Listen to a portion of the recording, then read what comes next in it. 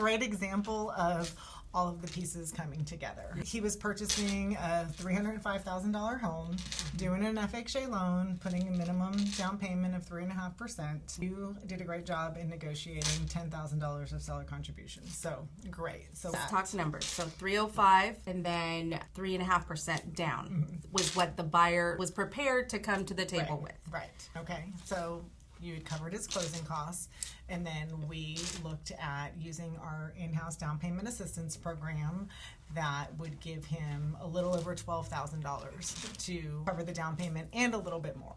So quick numbers to get to the finish line with that, and then maybe backtrack. At closing, the buyer ended up getting back about $1,100 of his earnest money. So less than $2,000 out of pocket at the end of the day on a $305,000 home. That's what we wanted to really highlight and celebrate is with the down payment, in-house down payment program that this buyer qualified for. And can you touch on what is that qualification, or is that case by case? Yeah, no, I can talk about that. So it is a 640 minimum credit score, and then it's standard FHA guidelines. And also what's great with this program is we underwrite it in-house. And so if there needs to be maybe a little wiggle room on some things, we have that, versus if it's a standard, if it's a TSHAC or a Seth, and again, those are great programs, but this is an in-house program. A great part about this program is the interest rate on this was 6.5%. So I have been working with down payment assistance programs for 10 plus years, and one of the biggest pushbacks I get from buyers are, oh, I'm getting this down payment assistance, but my rate is 7.5%.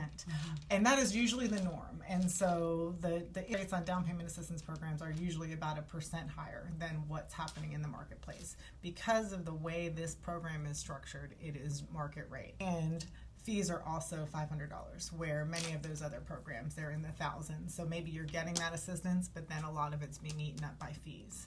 And so all of that obviously is an advantage to the buyer. Absolutely.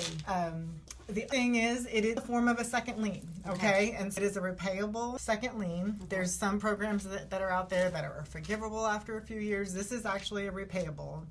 And so when I looked at this adds about $116 a month to the buyer's payment, okay? Oh, wow.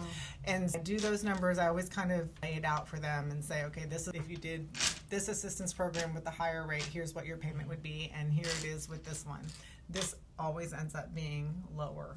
So with that extra $100 or so a month, it's still a lower payment than if the rate was at the 7.5%. So really program all around. His payment ended up being about $2,800 all in, with first liens on a $305,000 house with minimum down and nothing out of pocket.